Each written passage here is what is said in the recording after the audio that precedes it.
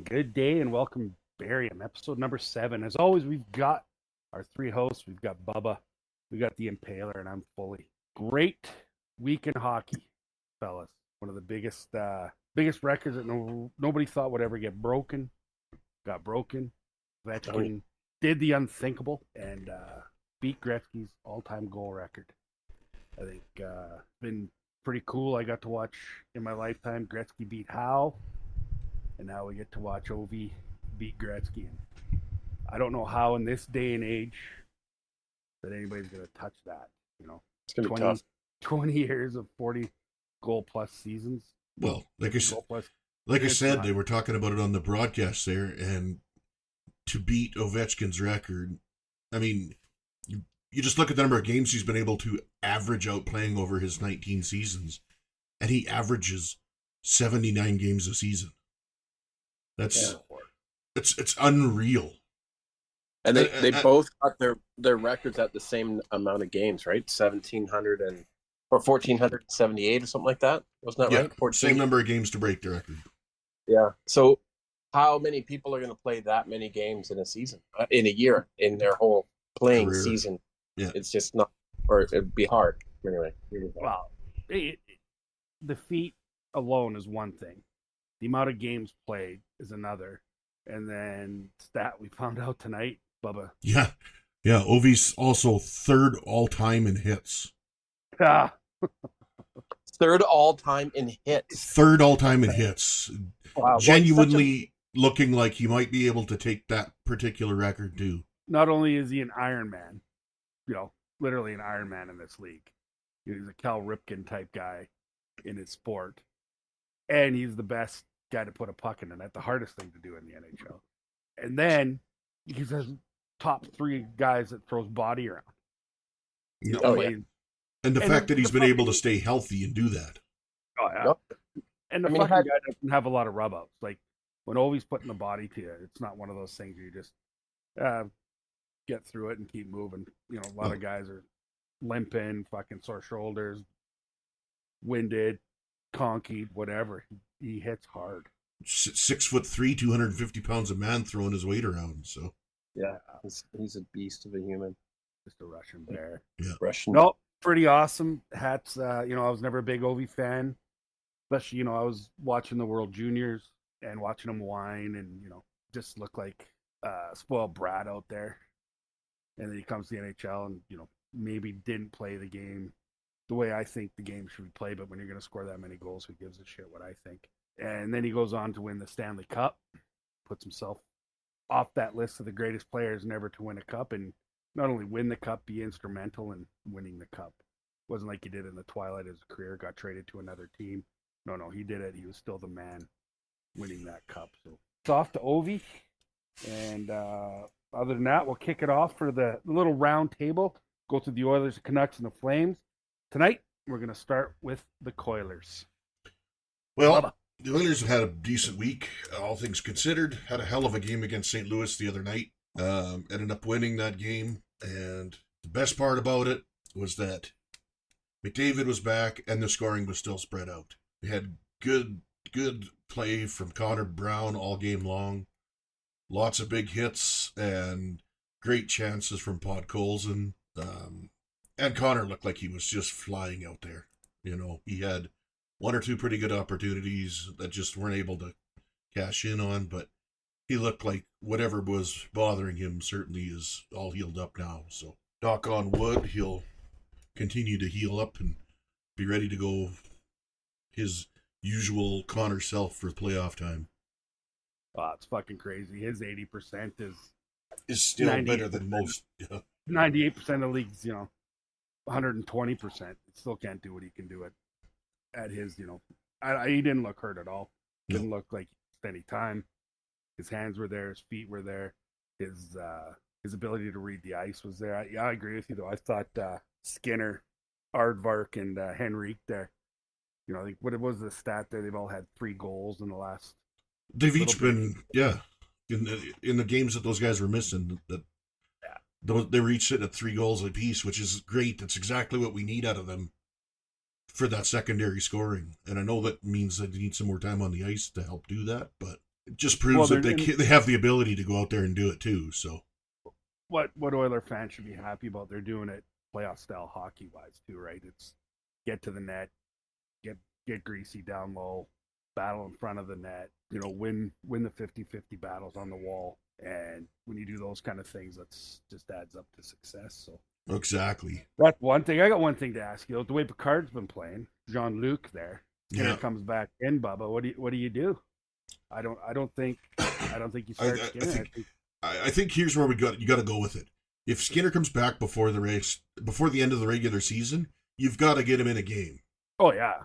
If it's playoff time though, I think at the moment you got to start Picard and just hope that it's going to be okay if you have to switch him out later. That Skinner's going to be okay to just step in at that point. So. Well, Skinner is a number one goalie, right? Regardless of he is their number one, but the way Picard's played and all the rest of it, I mean, he hasn't let in a shitty goal in the whole stretch that he's played now. While Skinner's been out, I don't remember him letting a shitty one in for quite a while before that either. So I mean, just knowing that you got that steadiness back there, and I mean, sure, maybe it's a little more Grant Fuhr-esque, just making enough saves to get the job done versus actually stealing the game. Might be a better position for the Oilers to play in. I honestly, his record as a backup's freaking crazy. Yeah, what he's done this year, and just this last stretch, I don't know how you don't start him. Like I said, you give Skinner, if he gets back, gets one or two in just to get him some legs, get him to see some pucks. But if I'm the Oilers, the way he's playing, and I think the biggest thing he said there is just confidence in front of a guy, knowing that there's no softies going in. You can feel a lot more confident in front of him and play a little better hockey. That you do when your goaltender's not doing his job. You tend to change your game a little bit. It's not drastic, but it's always there. You're like, okay, got to get in the lanes more for shooting, and sometimes you get out of position, or you're overprotective in and around certain areas where sometimes you might just let the goalie take it, right? Yeah, do too much in your own end, and I mean that. We've certainly seen that that's what it looks like at times this year, and they just play differently when Picard's in net. Yeah, and they're doing this, obviously without Draisaitl, Kane, Frederick, but I think the biggest thing they're doing it well with is without Alcon. They decided at just about the last minute to even play McDavid in that game, and had he missed, it was $50 million worth of payroll sitting on the bench or sitting in the stands, not watching or not playing the game. What? $50 million in payroll, yeah. Because wow. Did they give the tickets out for free that day because no one's watching what they paid for? You know what? They got to see a fucking hell of a game if they watched it. So. Oh, they got to watch Edmonton play hockey well. Yep. Okay. There you go. It was a good game to watch Edmonton play, and there hasn't. Well, actually, that's not. And it was scrappy and fucking. Yeah. So it was physical, and it was a playoff style game. Yeah. That was exactly the kind of game you needed to play against a team that's played as well as St. Louis has over the last 15 games. St. Louis looked tired. They look good still, but they look tired. They look like a team who won 12 in a row. And are now suffering for it. Oh, they'll be fine. I said, oh yeah. Like I said a couple weeks ago, that team's built for what they're about to embark in the playoffs. They're going to be a tough out for anybody. Absolutely, they are. So. And you got Winnington jumping on people and getting back into the old getting crazy. Yeah, just letting fuses touch too much and wires cross. Love that. Yeah, so that's the Coilers. I know you've been just chomping at the bit, Impaler, there to talk about the Canucks' feat here the other night. So I'll let you have at her. Oh, okay. Well, let me start first with the Novi story. I actually did watch him play in Vancouver a couple of years ago when I think he broke Howe's record at that game. He broke a record. I can't remember which one it was, but he broke a record in Vancouver. It was good to watch him. The Canucks in that particular game, they just were absolutely terrible, but he was good to watch, and it was good to be able to see him play. So that was kind of a cool thing. And then, now he's breaking all sorts of records, and he might not be around much longer, so it's great to be able to at least see him one time. I think we'll see him for one more year. He's got one more year left on his contract. Yeah. If they win the cup, though, which is a possibility, it's in the realm. If they win the cup, then who knows? Like, what a better way to go on top. Get another Oh yeah. fucking ring, Yeah. lead what you needed to do. But who knows? He's got another year in his contract, and he did say he was going to play that out and then head back to Russia and end his career there. There you Who go. knows?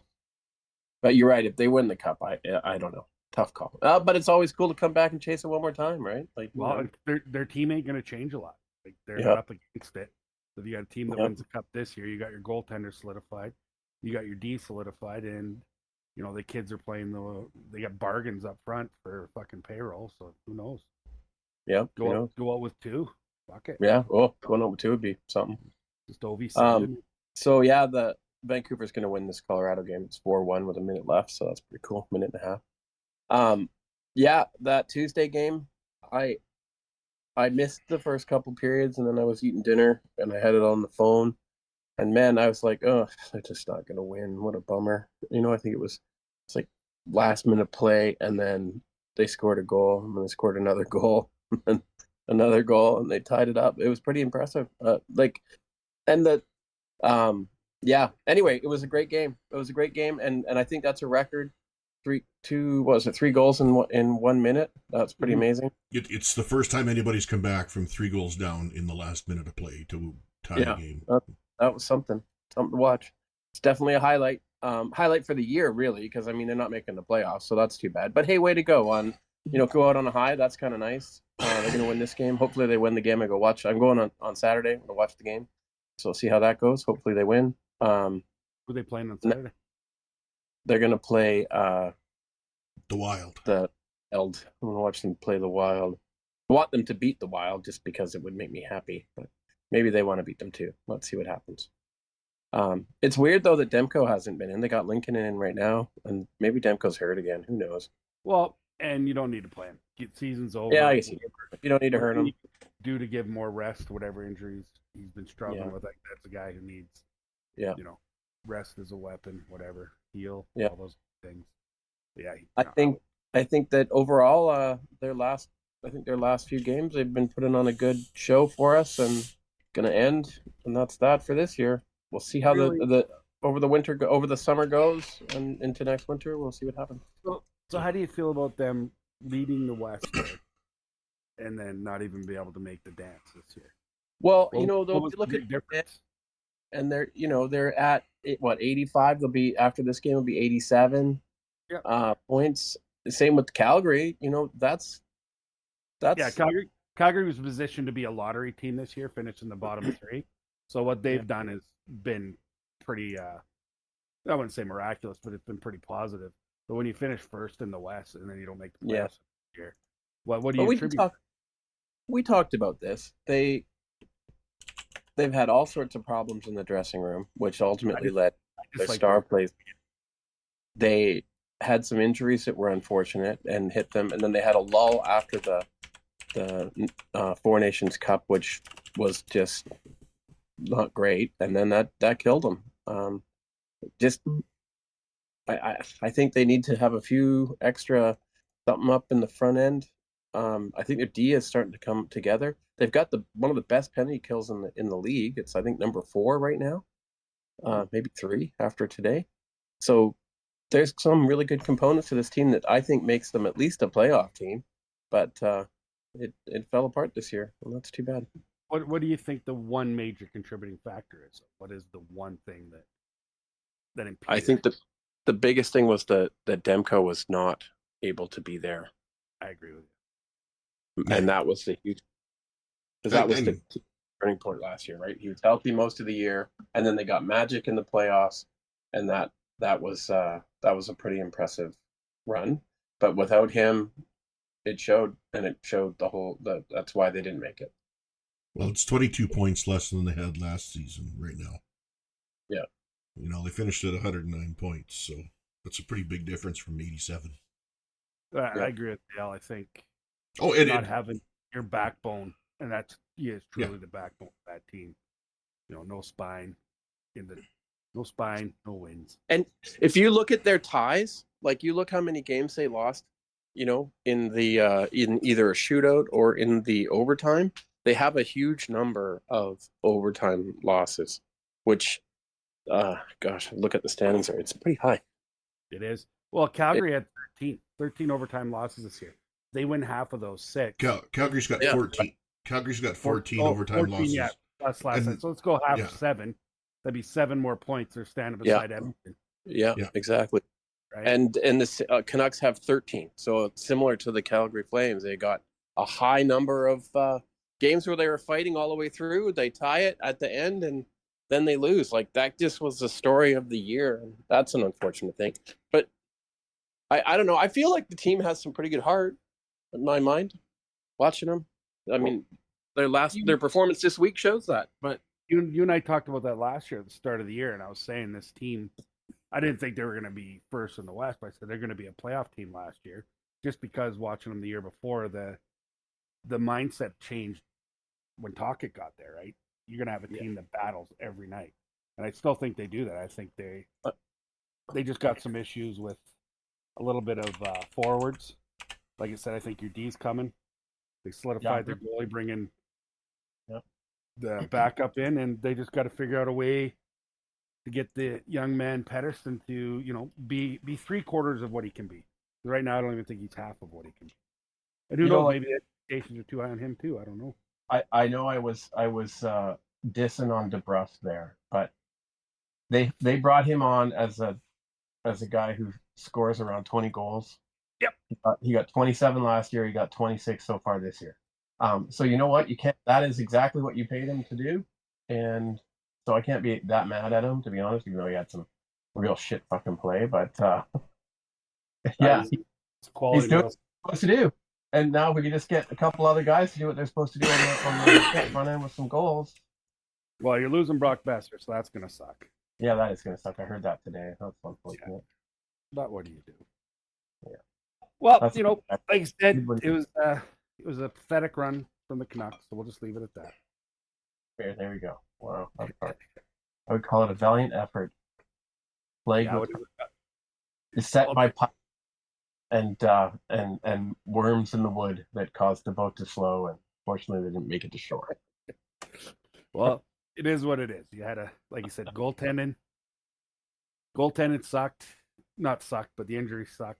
The backup did well. I think, between the goaltending and just the drama you got to deal with. Yeah. With your Swedish guy and your American guy, if you had 2 good Canadians in there, it wouldn't be a problem. They'd just go fist fight in the parking lot. No, they would have punched one for 8 and it would have been fucking over. Yeah. Crushed a couple beers afterwards. Yeah. Would have been best friends for life after that. Played a game of crib. Called her good. Yeah, exactly. Go eat some pierogies. Pierogies. Good pierogies. Like the sweet kind that Grandma makes. Love it. All right, we'll get on to the Flames here. Disappointing loss, obviously, the last game up by 2 goals. And like, Bubba, if they just don't fuck this in the last 5 minutes, this be a good game. Sure enough, they fuck it in the last 5 fucking minutes. And nothing really even egregious, just not taking care of little shit. And our Flames have been guilty of that all year, with a young team. A defense, it's pretty porous. And this is one thing you don't say a whole lot. I don't think Wolf did all he could do to Wolf did not have his best game. No, it wasn't his fault, but no, you just grow to expect a guy to be Superman every fucking night, and when he's just Aquaman, it's just You know what though? Aquaman can talk to squids and stuff, so I guess that's helpful.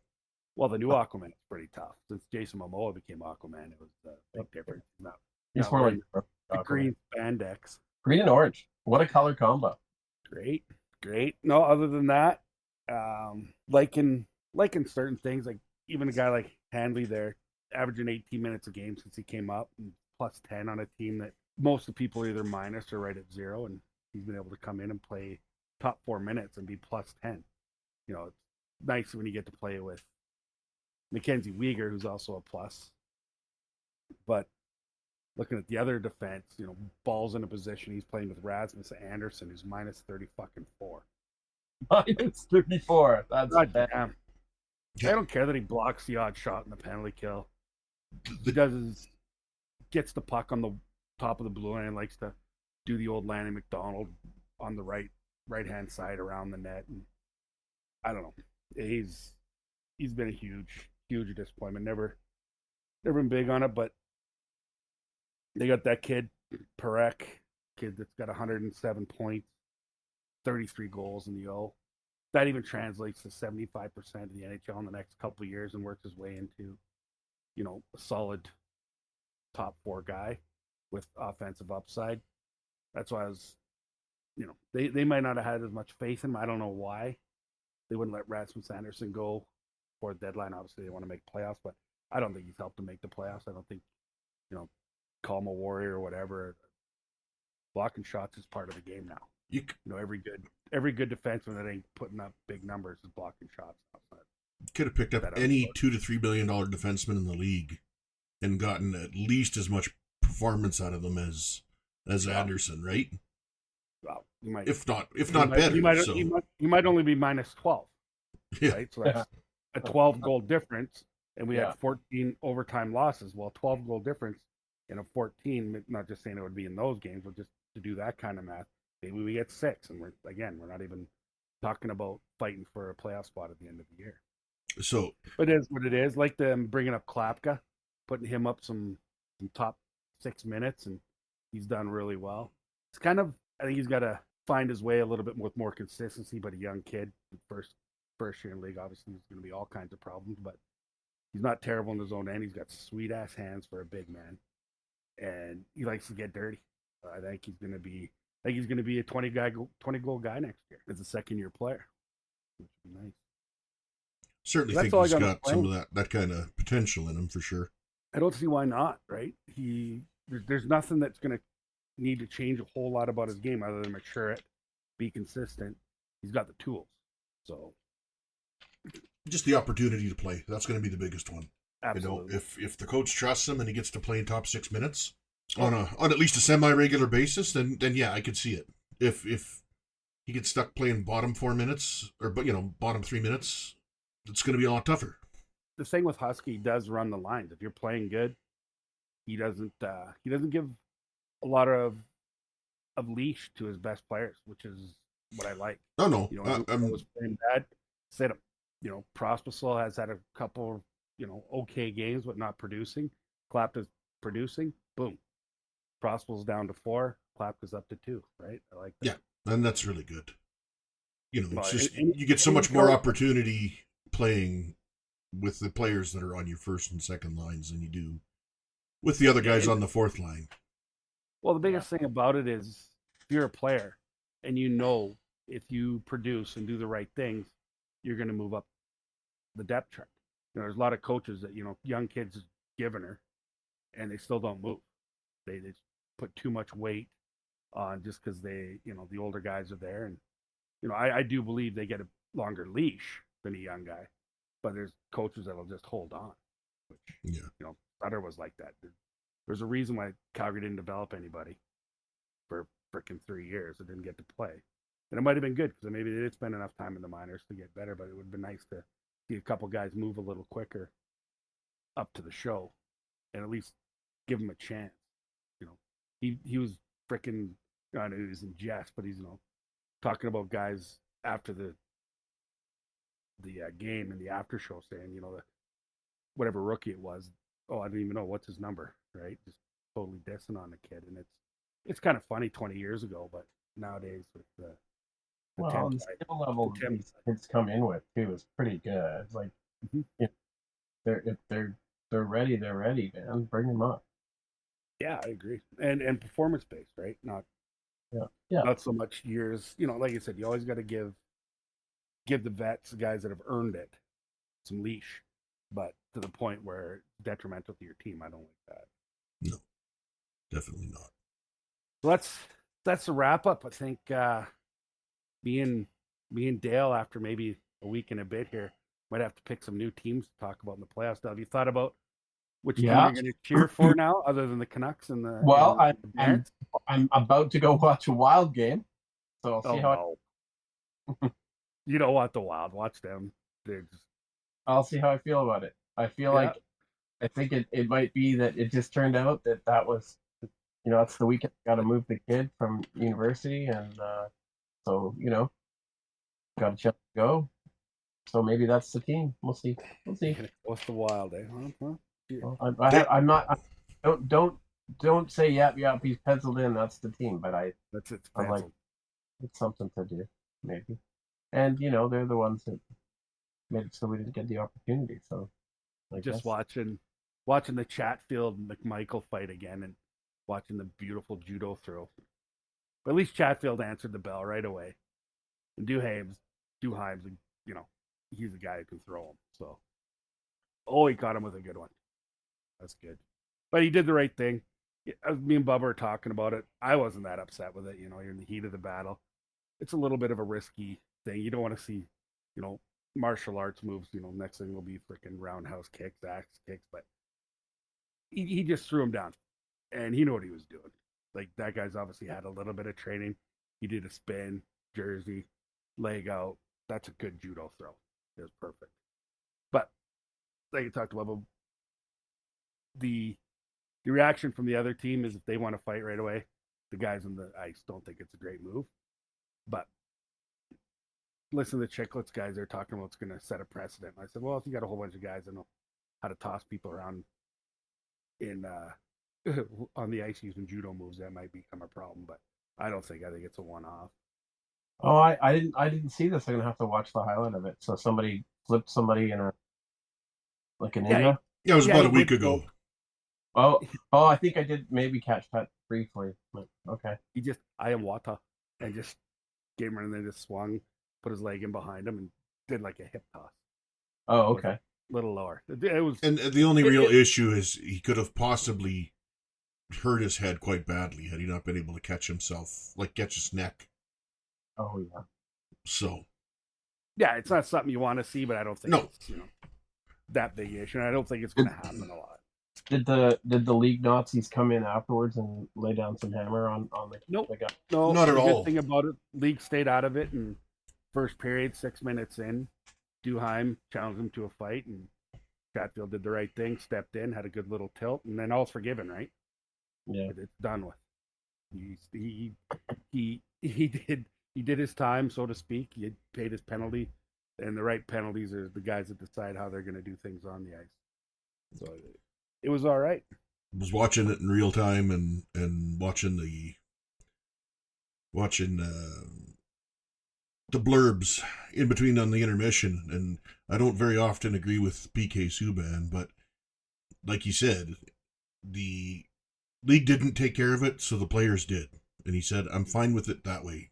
And I am. Yeah, because it's not a penalty. What do you call it? Hip toss? There's no penalty for hip toss. No, that's fair. But is it necessary roughing? Maybe. No, that's not a penalty. That's football. Yeah. No. Did he get 2 minutes for making contact with the quarterback, Dale? Yeah, right. Right. No, I'm just thinking about roughing something. You could call it something. You could call it roughing. I don't know what else you would call it, but how are you going to call a rough in a fight? If anything, it might be an intent to injure. Yeah, but that would be okay. That's the only thing you can call it. And that's you're probably right. That's probably exactly where you'd have to call it if you were going to. You'd have to give him a match. You'd have to be the whole thing, and I think it was handled perfectly. It's something that's not going to happen all the time. Heat of the battle. It's not a move I would, want to see against my team, and I probably wouldn't want to see it that much if I was my team and my guy was doing it. It's to be like, yeah, that's probably a little too much. But at the end of the day, done things on the ice. The game is about imposing your will on another team. It's about one of the last sports you can get away with bullying, and you should be proud. You want to bully the other team. You want to intimidate. You want to make them. Yeah, it's intimidation. Absolutely. Right. Yeah. And they might see each other in the playoffs. Who knows? But even if it was an exhibition game, some guys are just wired that way. You fuck with me, I'm gonna fucking hurt you, and I like that. But other than that, last night I went to my daughter's last awards, minor hockey awards. Oh, did you? Yeah, it was pretty good. It was the same old though. The first 6 or 8 awards for each team. Awards are done by the younger kids, and it's usually first-time kids, first-time dad coaching. 5 out of the 6 awards, it was the dad's kid that got the MVP, and Oh Just Jesus! like that. It was. It's I normal. always hated that. If I yeah, man, coaching Maya sometimes I'm like, yeah, no awards for that kid. Well, we kind of made it a rule, other than Chaffee, right? Chaffee loved giving his own kids awards. Did it again last night. His kid got an award, He gave but his kid an award. Oh, what possibly could Owen do on the ice for the award? I don't know. But you know Limping what? over 200 pounds. I love him, man. Kid cracks me up. I've always dug that kid. I know He's he's off 100%. he's his own dude, man. I respect that and have tons of respect for Chappie too. Both my girls still loved him as a coach. Him and I had lots of disagreements about the X's and O's of hockey, but what he did do was make girls or his team gel. Had a good team atmosphere, good culture, and that's all you can ask for when it's minor hockey, right? Your kids are coming home with a smile, whatever the score is, whatever they're learning. That's the most important thing. But yeah, I enjoyed working with him. He's a good guy. yeah, no, and I know one of the kids that listen to this, Z-Man there for the midget rep team. He won the goalie of the year. I think his dad told me that his coach was keeping stats for him for his save percentage, and I didn't write it down, but I think it was 947. Holy crap, that's unreal. No, really? and I've helped the kid. I'm getting him. He was a late bloomer. Right? He didn't start playing goal till late. Like when my daughter played with him, they were both playing out, and then Xander decided to play net and grew to be 6'4". He's a Gumby. He's just all arms and legs, and he's become got to watch him a bit this year. He fights for pucks. Big guys have a tendency to, I don't want to say not fight for pucks, but they don't look as desperate. Where the kid fights for pucks, so hopefully moved him on. Got him. He's got a bunch of tryouts. Oh yeah. Yeah, I got him to my alma mater, get him with the Olds Grizzlies, see if he can go there and 17-year-old, 18-year-old kid, maybe be a dark horse and grab a spot. What's the kid we coached here in Junior B? Benny? Benny. Same thing, right? Benny's a late bloomer. Plays with us, goes down, plays some Junior A, goes to the NCAA Division I after that. Goalies are weird, right? So there's always that opportunity that if you're going to battle, you're big. And the kid's a sponge. He's willing to learn anything. Good for him. Pretty happy with that. The award ceremony itself, they did a good job. Thank you, Dawson Creek Minor Hockey. But I was thinking back to a team I coach. I'm not a big fan of most valuable, whatever the SO awards are, especially when you preach team hockey all year. I was coaching a team in Strathmore, midget AA team, and the year before we ended up last. So I kept pretty much the same team, played or coached that team, told the parents at the start, it's AA. They're all thinking, we're going to have power play, penalty kill. We're going to start deciding roles for kids at that age of 15 to 17 years old. I still think there's time. Kids grow.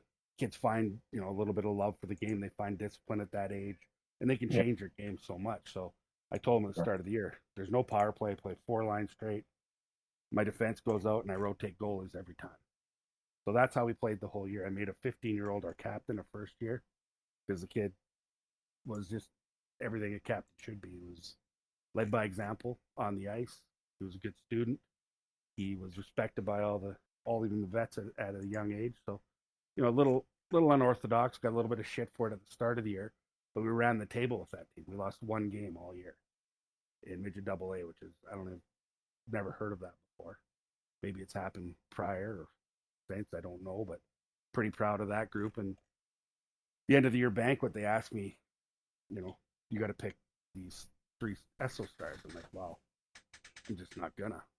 And they're like, well, you've got to. I'm like, well, you can go up there, but I get the microphone before you go up there to congratulate my team. And you don't want to hear what I'm going to say if you're not going to let me do it. So we came to a compromise. We put team as the MVP. So on the trophy in Strathmore, or in Wheatland Hockey Association, still says MVP for that year was the team.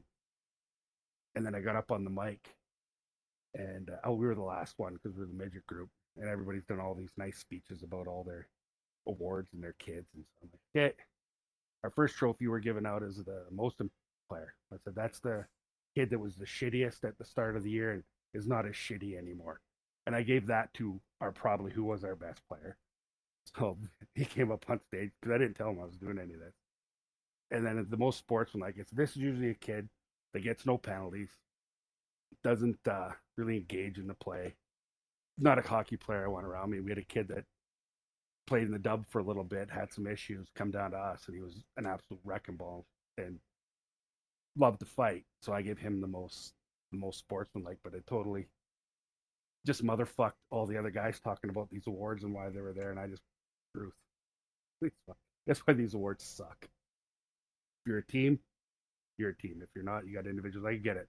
You win a league championship and you got one guy who's got 45 more points than everybody else. So obviously, you're a goaltender that saves you every game, but we weren't that way. We rolled all the lines, all the D, and rotated goalies every game. So how do you give an MVP to that? No, you don't. You just can't. It's not right to do it. No, it wasn't popular, but at the end of the year, everybody thought it was a great idea. At the start, they're all looking at me like I'm a lunatic. Well, it's fair, but still. So we get into awards. I tasked you, kind of fine gentlemen, with tell me who you think are going to win the NHL award this year. So I'll start with Dale. Who's going to get the D-Man of the Year award? Who's going to get the?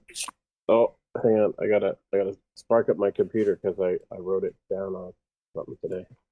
Okay, we'll bypass you then. This is like a meeting at work. You're not ready. You're not prepared, Bubba.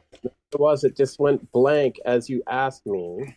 I don't like it. Talked so damn long, it went back to screensaver. Well, keep it awake then, for crying out loud. Like, come on. Yeah. Sorry, I wasn't talking about which hood goes on to it. Okay, now I'm ready. All I needed was just 2 seconds. So okay, good enough. Sorry, Dale. Go ahead. All right. I didn't do every trophy because you get down into like trophies I hadn't even heard of before. But that's okay. Well, and there's some that are just automatic based on pure stats. So yeah. So for the Norris, of course, I'm going for Quinn Hughes. Yep. Because he did really great. He got 72 points. He played 20 to 30 minutes a game, probably.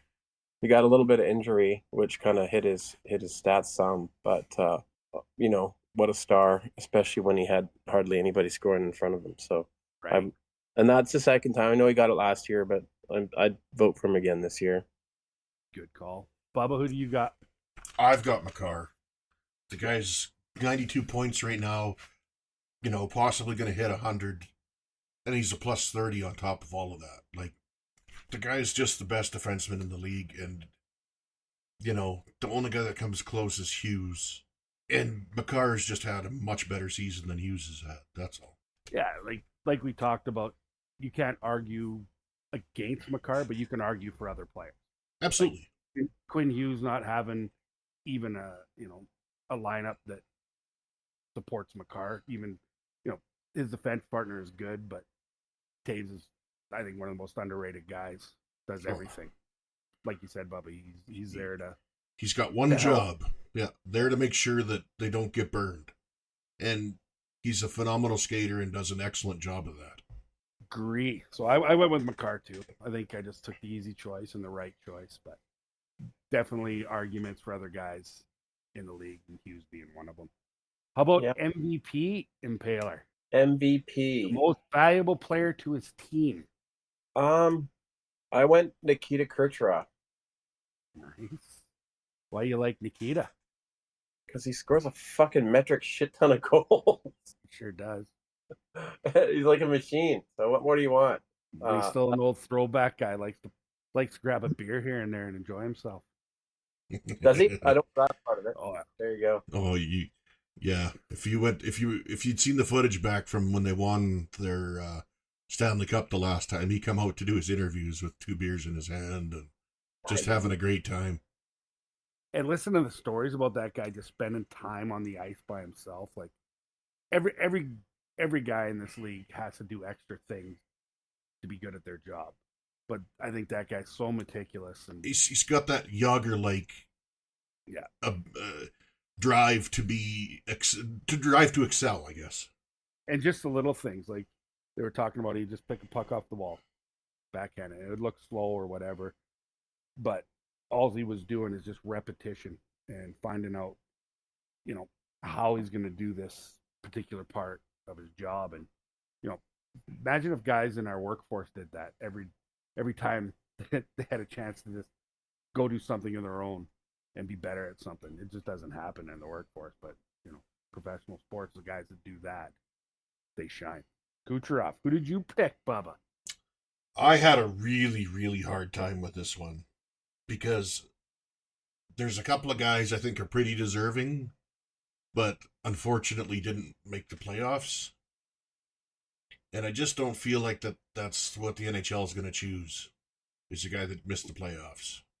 Well, I'm not worried about the NHL choosing. Who do you choose? What's your thought? I know, but that if you're going to be picking an NHL award, you have to go down. I'm not picking who I think is their choice. I'm picking who I think is the best choice, but I've got to do it based on the criteria that they're using too. Yeah. My opinion alone.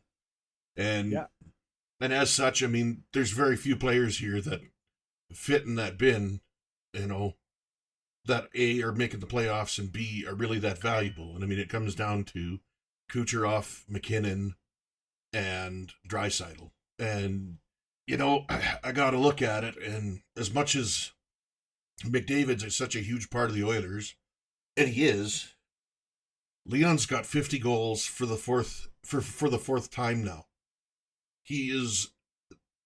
They are a far better team when he is in the lineup than when he is out of it. Yep. And sure that he's got this, other guy that's kind of okay that backs him up,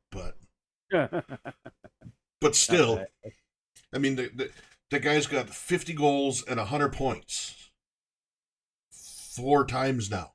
There's only 10 guys that have ever done it. Period. So and he's got it done 4 times. So I'm gonna pick Draisaitl. Okay. All right, Bubba, you and I did not look at our lists before we did this, right? We did not look at each other's lists at all. We didn't even discuss who was there. No. So I went with Draisaitl as well. For some of and most of the things you said, one of the things that stuck out to me with McDavid out of the lineup, they're 8-5-0. With Draisaitl out of the lineup, they're 4-5-1. Yeah. And who knows what the schedule was, that kind of shit. But if you just go off that, one guy's more important than the other. Yeah. And nobody in their right mind is going to say anybody's more important than McDavid. No. But in this situation, he's won the MVP once, and I think this is the year too. And like you said, you can't go wrong with Cooch, can't go wrong with McKinnon, can't go wrong, even Makar. Absolutely, yeah.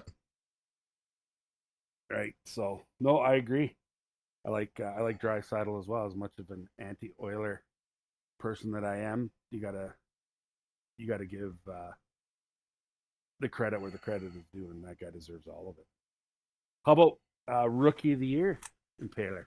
Is he gone again? He's on mute, so we'll just move on from him for right now. I'll give you my Rookie of the Year. Mute. There he is. Anyway, I have celebrated. Why were you on mute? I don't know. My wife was texting the crap out of me and phoning and everything else, so maybe that's what. Doesn't she know it's barium time? I know. I don't know. It's like this phone's got this feature called "Do Not Disturb." I don't. Yeah, that sounds technical. It's not. You press the button. Yeah. We're gonna have to have a talk, and then everything waits until you get back online. There you go. When we're in Vegas, we're gonna have a face-to-face. Yeah, it's gonna go well. Sure. I picked Celebrini. Celebrini. I like him. I watched some highlights and stuff because I was like trying to think, who's the best rookie, and he's got lots of points. He's flashy. I don't know. I thought good for him. Good year. Way to go, kid. I think so. Good call. What do you think, Bubs? It's not a bad call at all, and I looked at that one too. But I had to go with Lane Hudson. The guy as a defenseman is still leading all the rookies in points. As a D-man, is leading all rookies in points. And frankly, he's helped his team into a wild card slot. A team that, probably wasn't picked as a lottery team, but wasn't picked as a playoff team either. before the season started, and they've just played well. And he's been out there as dynamic. I shouldn't say as dynamic, but close in that same kind of category as Quinn Hughes and Cale Makar. Obviously, I don't think he's quite at the same level yet, but first full season that he's played, and pretty fucking good. Do you think we're seeing like training, skill development? Like all the way kids come up now. Are we seeing a change in the defense in a way that we haven't? Like it's a fundamental shift in the game. Do you think that's happening? Because I don't think there's any question. I mean, you weren't ever taught before that defensemen were to rush the puck all the time and handle it and just keep it on their sticks like they do now. Certainly when Foley and I were growing up, like defensemen were big hulking lugs that, while some of them could skate pretty well and shoot pretty well, really didn't do a lot of puck handling. It was get the puck moving up the ice and get the and punish the guys that had the puck coming at you. Well, there was always guys that were offensive, right? Like Paul Koff. Absolutely. But I mean, they were the exception to the rule. But we see a lot more of them. Well, the whole game shifted, right? Yeah. Well, the game is the skill level, just what you talked about, Dale. All the training, the amount of time, their blades are on the ice and what they're doing. That's the biggest thing, The way they train, the way they do drills, different, edge work kind of thing. I think that's new, and I think that's the biggest part is their ability, on the blue line, and the game's different. You don't have that clutch and grab shit. Those 5'10", 5'11", 6 feet tall defensemen that don't weigh 190 pounds. It was usually not a liability on the defensive side. It was just you couldn't still muster the offensive side unless you were a good size and had absolute jets, which these young kids do. They're sick. But Bubba, again, like I said, we did not talk. I went with Lane Hudson too, for the simple reasons that you did. I think he's been instrumental making sure Montreal gets in the dance. Watching him, he's always, whenever there's a big play, he's usually part of it. Him and Suzuki this year, both been unreal. But as a young guy, first year in the league, and to be able to have that much confidence from your team to do those things, because he's going to make mistakes. Yeah. And I don't think he got beat up. Montreal wasn't a world beater at the start of the year, but let him make his mistakes. And when guys play, knowing that if they're doing the right thing and it doesn't work out all the time, that they're not going to sit on the bench or be ostracized for it. I think Martin St. Louis has done a great job of nurturing a young man that is only going to get better.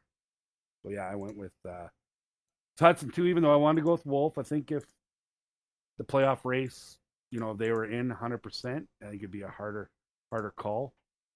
I agree. I honestly did look at it a lot too. I looked at Wolf and really thought about it. Yeah, and I think now that Mishkov, as much as, Tortorelli is who he is, I think it's going to benefit Mishkov in the long run. Learning a bit of structure, learning, Torts doesn't just say shit to say shit. The guy knows the game. Yeah. And when he's going to come down on you, it's for a reason. And yeah, you might have the Torts doghouse where he gets a little overzealous or whatever. But you don't say.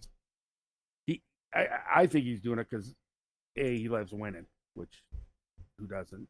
But he also loves seeing kids succeed. And he's like that grandpa, that isn't the nicest grandpa, but there's a reason. You know what I mean? At the end of the day, it makes you a better man.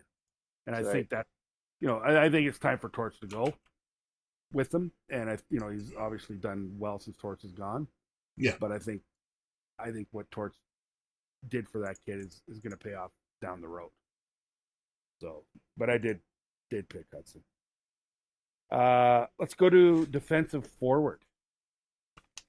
Did you have anybody for that one, Dale? Yeah, I think that's the Selke. The Selke, yes. Yeah, Selke. Alexander Barkov. I know he won it last year. but he's got all the good stats. So I don't know. I watched some highlights. I'm like, yeah, that guy looks like he's good again. Pretty fucking complete. No doubt about that. Bubba, who do you have? Well, I'm going to go a little on the homer side here, and I'm going to have to call it for Leon again. Oh, look at you. Guys, plus 32, and is winning 55, just about 55% of his faceoffs. That's actually pretty good. It's a pretty huge part of what you got to do as a centerman. If you can keep your team from having to play defense by having the puck, that makes you pretty good. It makes you pretty valuable defensively. Well, and one of the telling things with that percentage on the faceoff is I guarantee he's probably taken most of the draws in the offensive zone.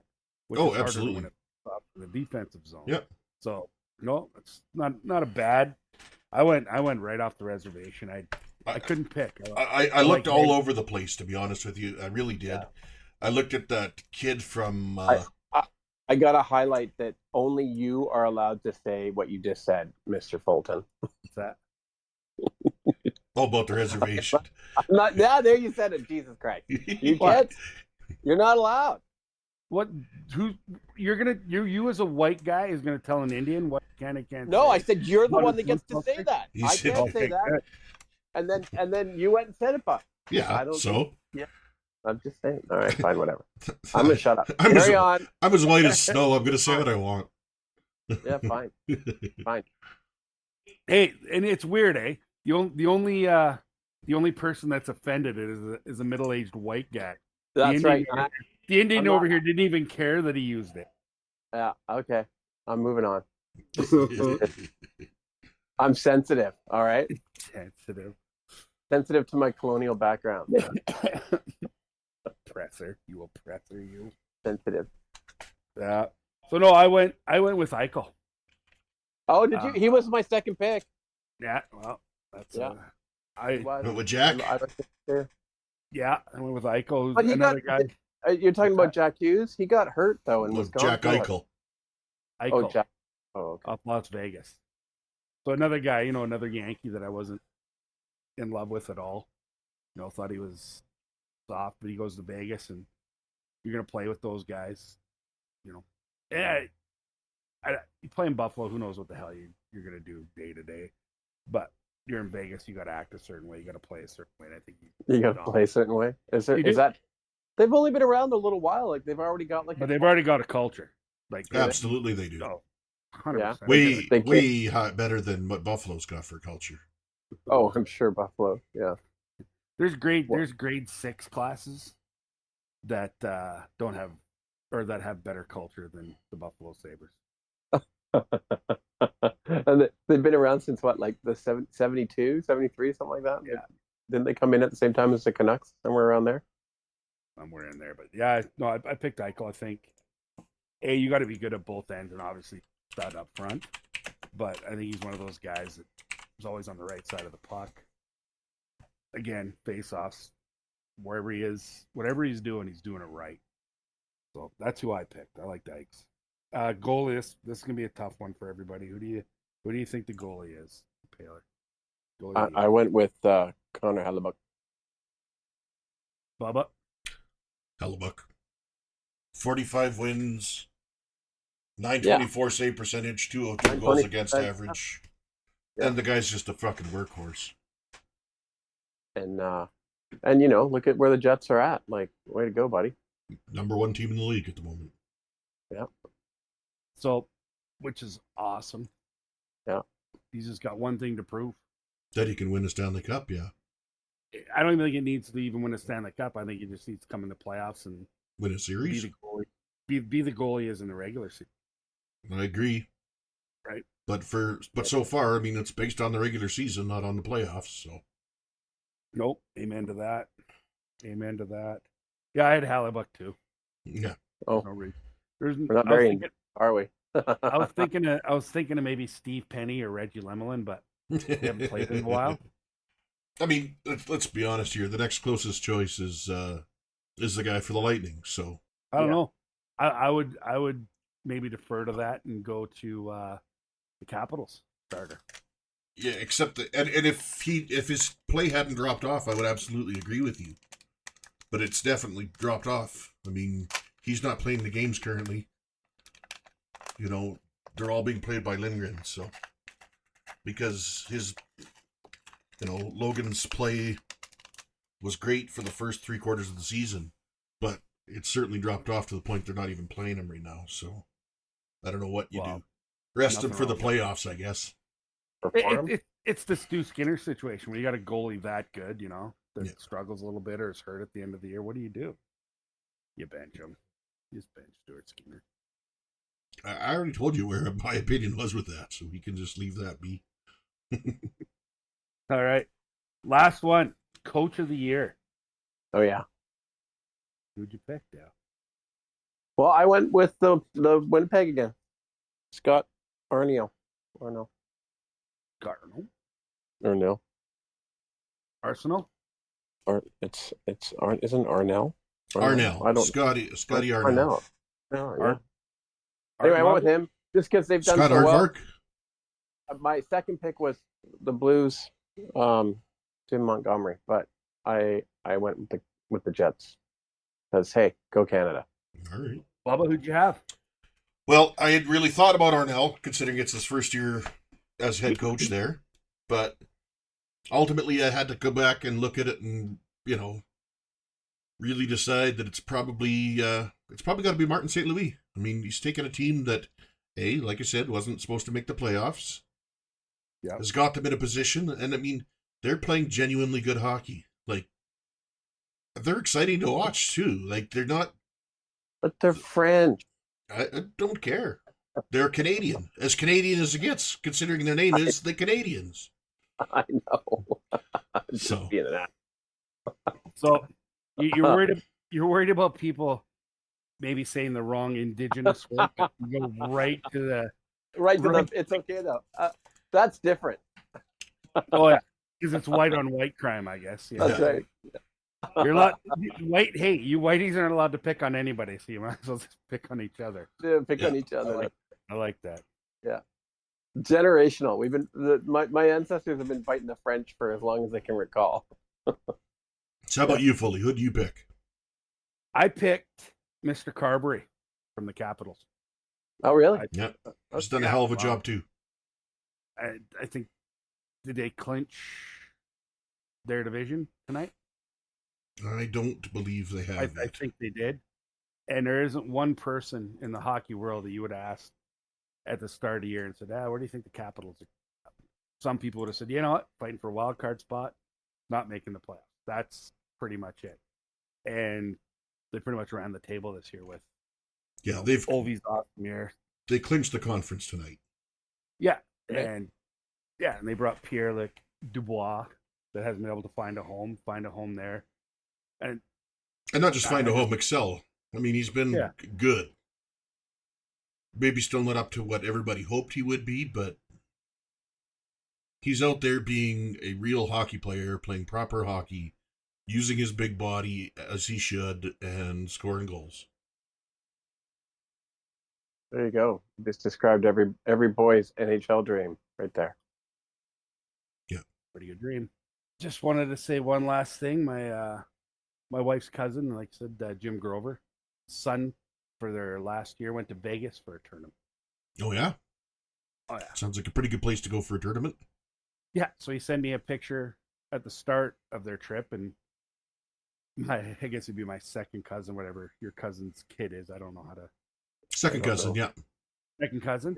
Yeah. So his first picture is down on Fremont, and he's got two beautiful young ladies in thongs, and he's all happy and, little handsy, whatever. And then it's his last picture that Dad sent me. They're in the airport. He's got the shades on. He's just disheveled. Looks like looks like he spent too many days in Vegas. Yeah. So when I texted him, I called him. What's that kid's on Vegas vacation? Mr. Papa Giorgio. Yeah, Mr. Papa Giorgio. Papa Giorgio. So, he didn't win any cars or nothing, but I guess he was. Well, they were telling me we're heading to Vegas, and he said the prices weren't terrible. You gotta look a little more than you normally do in Vegas. But he said it wasn't like seeing things on the internet. It's so bad, but Right. He got ID'd everywhere. Oh. And I'm wondering if they're just seeing who's Canadian and who's not. Because my buddy Jim looks like he's at least 50. But, Oh, really? So they were IDing even adults? They were IDing people like gray hair? He got it. Yeah, he was. Well, Jim's not gray. He's got a beautiful lock of hair, but Okay. he was getting ID'd, and his kids, having a good time down there. He just right. How old is this kid though? 17. No, 17. Oh, so how is he pulling that off if he's 17? Oh, that bodes well for the 18-year-old. Those are questions we don't ask. Yeah, we just enjoy the fact that they had such a good time. Yeah, we don't ask Mr. Papa Giorgio how he got. Yeah, Papa Giorgio. He just gets it done. Yeah, that is it is going to be good, even with the younger ones coming down, and they got the wristbands or whatever. Yeah. Did you hear that the pool's broken? Supposedly. Well, no, they're doing a reno on it. Yeah, but it might not make it. The $20 million reno, but it might not be ready. But it's okay because we can go to any Caesar's property, so we can go across the street to the like Caesar's Palace and go in there. Well, I'm not crossing the street to go swimming. We got the lake right beside us, right? Oh, there's one right behind us. Okay. Oh, okay. We'll make it work. We'll just And how many days do you want to spend by a pool anyway? Well, I don't know. At least once. And then I want to play Top Golf. Yeah. Top Have Golf. you looked into that?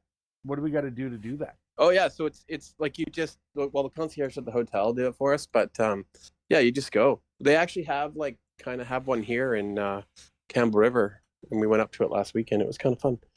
It's not exactly the same. Top Golf. I keep saying it. Top Golf is got Golf. Top Golf. Top Gilf. Anyway, okay. That's a grandma I'd like to fuck, by the way. What? Is it? That's what a Gilf is. Oh God. See, I was going the other way, Dark Crystal. Like, your mind's in the gutter so bad. Let's stick with the Dark Crystal. I learned a new one now. I didn't know that. There you go. You remember the Dark Crystal, right?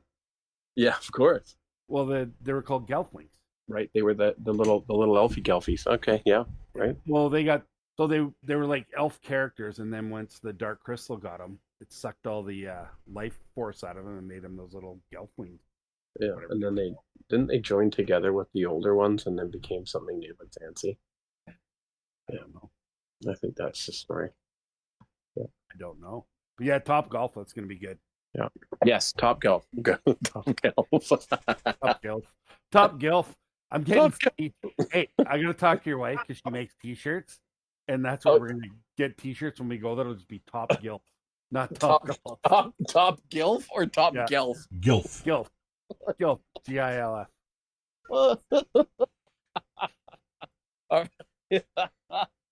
On that note, Bubba, sign us off, buddy. All right. Thanks everybody for listening to our podcast. This is Barium, our 7th podcast now.